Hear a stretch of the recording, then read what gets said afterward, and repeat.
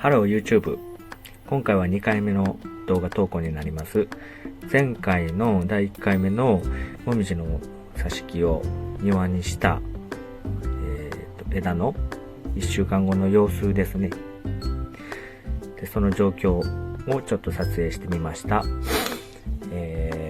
盆栽初心者になるんですけれども、盆栽の素材を庭で作りたくて、もみじの太枝の挿し木にチャレンジしている様子です。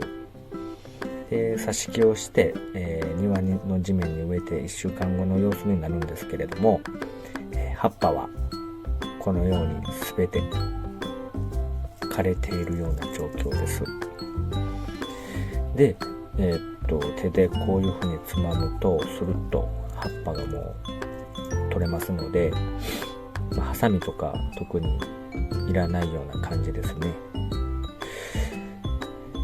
でこんな感じで今日は、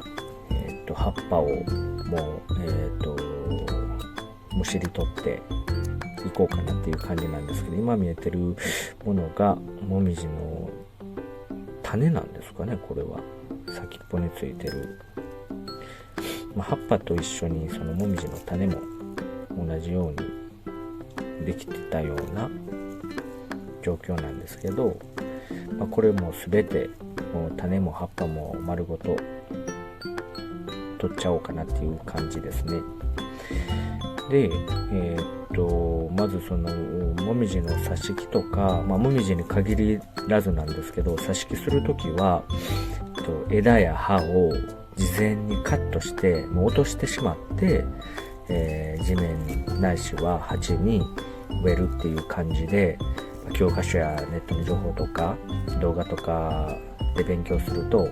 必ず大体載ってるんですけれども、その初心者、挿し木もしたことなかったんですけど、今回初めてなんですけど、で盆栽もそうなんですけど、植物のことも知識が深くなくほとんど知らないような状況なんですけど、初心者からしたらなんでしょう、この葉っぱとか枝を、ハサミとかでまず切り落とすっていうところにまず感覚として割と抵抗があって、それ大丈夫なのっていう感じで、ハサミを入れるのも少し心配というか怖い気持ちがあったんですね。ただあまりその葉や枝を挿し木する前に落とす理由までを、当然多分、やられてる方は知ってるんですけど、あまり詳しく説明とかは特になく、さっさっさと作業で切り落としてる動画とかがよくあるので、なんでこの葉っぱとか枝を切り落とさないといけないのかっていうところがよくわからずで、初心者にはそういう作業もちょっと敷居が高いので、もういっそのことそのまままずは植えてみようっていう感じで実験的に、葉っぱと枝は剪定せずに、刺してみたんですけれども、その1週間後の様子なんですけど、そうですね、結局はこういうことだったのかっていう感じなんですけど、やって分かったんですけど、全て葉っぱは枯れて、で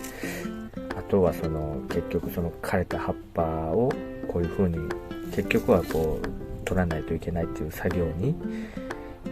なってしまったっていう結果ですね。ですからこういうことも分かってらっしゃるから、先に葉っぱとか枝をある程度も落としたりとか全部落としたりしながら挿し木にされるのかなっていうところだと理解したんですけど、どうなんですかね。その葉っぱとかついてったら、そこに水分とかエネルギー、成長のエネルギーとかかかったり、その負担がかかる、ストレスがかかるっていうので切り落とすっていうところを理由として挙げてる方がいらっしゃったので、そういうことなのかなとは思ってたんですけど、プラスアルファやっぱりそうですね、後々こういうことを結局するのかという、葉を落としたりその枝を落とす理由としても、結局こんだけ葉っぱがあったら後々これも手間なので、先にもう枝もある程度切り落としてしまおうっていうところだったのかなって、そんな感じだと今回は実際やってみて思いました。なのでやっぱり教科書通り全て理由もちょっと分からずやってもよかったんですけど、やってみたらどうなるかっていうのも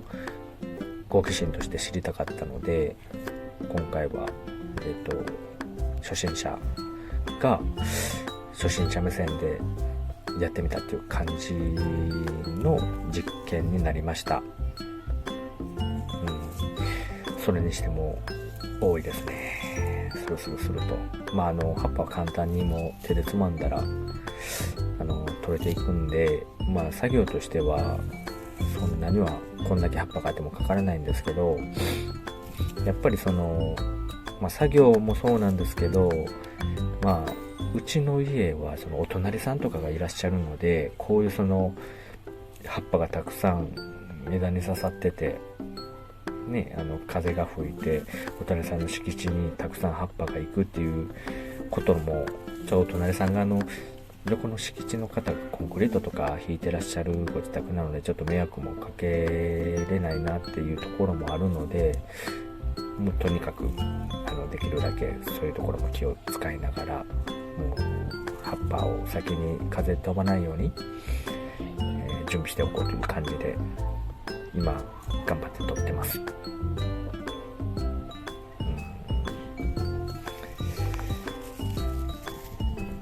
そうですよね。で、よくよくこう見ていくとですね、枯れる速さ、葉っぱが枯れる速さっていうのがやっぱり違ったんですよね。下の方のついてる枝の葉っぱの方が先に枯れるっていう感じで、上の方の枝についてる葉っぱは少し赤みがあって、下の方の葉っぱの方が黄色みがかって水分がもうほぼほぼなく乾燥しているような感じでですね、こういう枯れる順番にも違いがあるんだなっていう、やっぱり生き物だなっていうところを感じながら、ちょっと葉っぱも枯れてしまって、ちょっとかわいそうだなっていう気持ちはあるんですけれども、もともと伐採される予定のモミジだったので、そのモミジの遺伝子を残せないかなっていうところで、庭から庭にこう挿し木という形で運んできたわけなんですけれども、また作業してて少し気づいたんですけど、この枯れ葉も集まって袋に、ピンクの袋に入れて集めて、処分しようかなと思って集めてるだけだったんですけど、この葉も集まってふさふさようよう見ると色味も含めて可愛いなと、質感も含めて可愛いなっていう感情を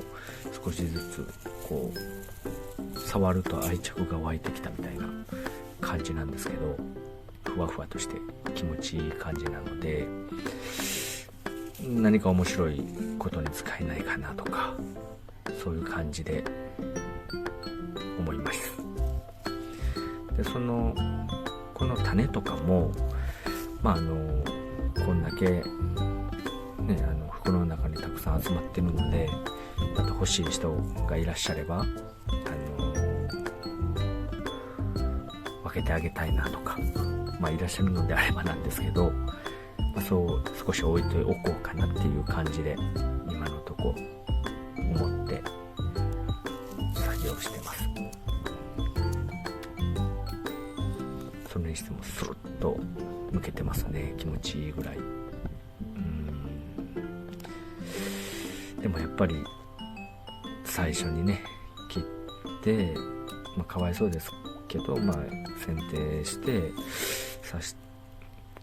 してあげる方がこの木にも負担が逆に後々かからず良かったのかなとか想像しながら、でもその発根っていうんですか、その挿し木の先端から根っこが生えてくることだと思うんですけど、それの、発根する確率っていうところは実際どうなんですかね。こう葉っぱを残してあげて結局そのこうやって取らなダメなんですけど、こういう順番でやるのがいいのか、それともやっぱり、最初に切ってあげて落としてあげて、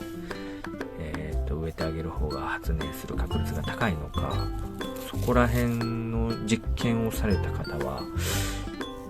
いらっしゃるのかなっていうところも少し疑問があるような感じはします。そういう実験も今後できたらなとかも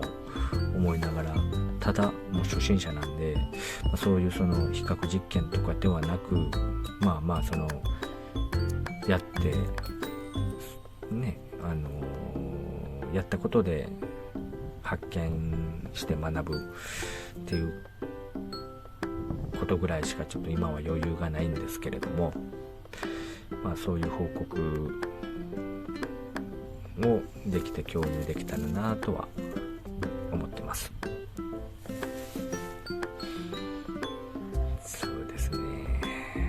でもこの葉っぱがない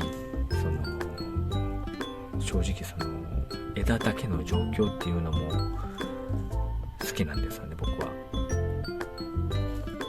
割とそのアートだなっていうか、その生きた状態、この死んではないんですけどね、死んではないんでしょうけど、なんでしょう、この様変わりしている様子もなんか自然の曲線もあっていいなっていう感じで見てます。こういう話をしてたらとうとうほとんどの葉っぱがもうまだ上ありましたね。上の方が少し残っているような感じなんですけど、下からこう順にこう葉っぱをむしり取ってはいったんですけど、もうほぼほぼ上の方だけしか残ってないような状況で、そうですね。でこの大きさも自分の身長と一緒ぐらいかな、170センチ75センチなんですけど、同じぐらいの身長でこうなんでしょう、手をこう脚立とか立たずに手で取れる範囲で今ちょっと庭に背丈で管理しやすいようにこの枝を選んでもらってきたんですけど、そうですね。ただゆくゆくはもしこのね木が発根して地面に定着してくれれば、ゆくゆくは、盆栽の素材として、もうちょっと短く、また元気にその鉢の上で生きてくれるようになればいいなと願いながら、楽しみに成長を待っている感じです。果たしてこの子がこう元気に発根してくれるのかどうか、毎日その水やりは してあげた方がいいのかなっていう、そういうような感覚、その実践的にしたことはないんですけど、いろいろ見ていくと常に水分を、供給してる方がいいみたいな雰囲気なので、毎日最低限水あげはした方がいいのかなって思うので、毎日夕方ぐらいに水をあげようかなっていう感じで今世話している感じです。こんな感じでポロッと取れましたね。ほとんどの葉が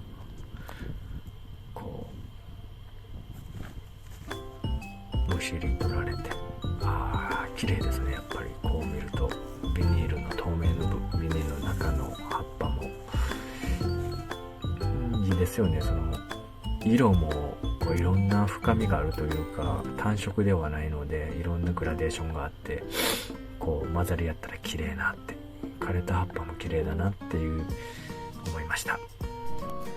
いいねと思っていただけましたらチャンネル登録よろしくお願いします。